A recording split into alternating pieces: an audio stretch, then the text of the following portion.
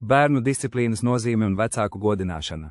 Apmāciet bērnu pa ceļu, kas viņam jāiet, un kad viņš būs vecs, viņš no tā neatkāpsies. Salamana pamācības 22:6. Vecākiem: lūk, bērni ir tā kunga mantojums, un dzemdes auglis ir viņa alga. Psalms 127:3. Kas audzē savu zizli, tas ienīst savu dēlu, bet kas viņu mīl, tas viņu pārmāca. Salamana pamācības 13:24. Tā kunga bijībā ir stipra paļāvība, un viņa bērniem būs patvēruma vieta. Salamana pamācības 14:26. Pārmāca savu dēlu, kamēr ir cerība, un neļauj tavai dvēselei audzēt viņa raudas. Salamana pamācības 19:18. Muļķības ir saistītas ar bērna sirdi, bet labošanas zizlis to aizdzīs tālu no viņa. Salamana pamācības 22:15. Neattur bērnu no aizbildinājuma, jo, ja tu viņu sitīsi ar zizli, viņš nemirs.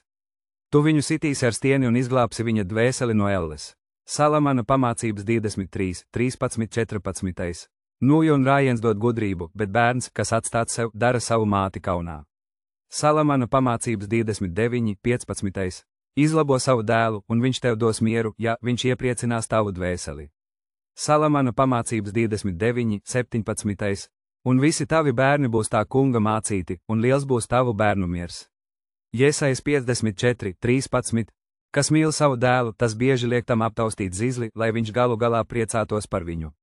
Tas, kas pārmāca savu dēlu, priecāsies par viņu un priecāsies par viņu savu paziņu vidū. Kas māca savu dēlu, tas apbēdina ienaidnieku, un draugu priekšā tas priecāsies par viņu. Lai gan viņa tēvs mirst, viņš ir tā, it kā nebūtu miris, jo viņš ir atstājis sev līdzīgu. Kamēr viņš dzīvoja, viņš to redzēja un priecājās par viņu, un kad viņš nomira, viņš nebija bēdīgs.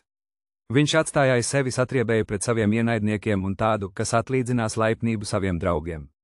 Kas no sava dēla dara pārāk daudz, tas pārsien viņa brūčes, un viņa iekšas būs satrauktas pie katra sauciena. Zirgs, kas nav salauzts, kļūst pārgalvīgs, un bērns, kas atstāts sev, būs apzināts. Lutini savu bērnu, un viņš tevi nobiedēs, spēlējies ar viņu, un viņš tevi apgrūtinās. Nesmējies kopā ar viņu, lai tev nebūtu ar viņu bēdas un lai tu beigās neizgriež zobus. Nedodiet viņam brīvību jaunībā un nepieminiet viņa muļķības. Noliec viņa kaklu, kamēr viņš ir jauns, un sita viņam pa sāniem, kamēr viņš ir bērns, lai viņš nepakļaujas spītībai un nepaklausītos tev, un tā nesāpēs tavā sirdī. Sodi savu dēlu un liek viņam strādāt, lai viņa netiklā rīcība tev neapgrēks. Sīraks 3:10–1–13. Bērniem: godā savu tēvu un māti, lai tavas dienas būtu garas zemē, ko tas kungs, tavs dievs, tev dod. 2. Mozus 2:10–12. Mans dēls, nenicini tā kunga pārmācību, un nenogursti no viņa labošanas. Kā tēvs, dēls, kas viņam patīk. Salamana pamācības 3:11–12. Salamana sakām vārdi: gudros dēls iepriecina tēvu, bet neprātīgs dēls ir viņa mātes smagums. Salamana pamācības 10:1. Klausi savam tēvam, kas tevi dzemdinājis, un nenicini savu māti, kad viņa būs veca. Salamana pamācības 23:22. Bērni, klausiet saviem vecākiem kungā, jo tas ir pareizi. Godā savu tēvu un māti, kas ir pirmais bauslis ar apsolījumu, lai tev klājas labi un tu ilgi dzīvotu virs zemes. Efeziešiem 6:1–3. Godā savu tēvu no visas sirds un neaizmirsti savas mātes bēdas. Atcerieties, ka tu esi no viņiem dzimis, un kā tu vari viņiem atlīdzināt to, ko viņi tavā labā darījuši. Siraks 7:27–28. Uzklausiet mani, jūsu tēvs, bērni, un dariet pēc tam, lai jūs būtu drošībā. Jo tas kungs ir devis godu tēvam pār bērniem un nostiprinājis mātes varu pār dēliem. Kas godā savu tēvu, tas izdara izpirkšanu par saviem grēkiem, kas savu tēvu godā, tas priecāsies par saviem bērniem, un, kad viņš lūgs, viņš tiks uzklausīts.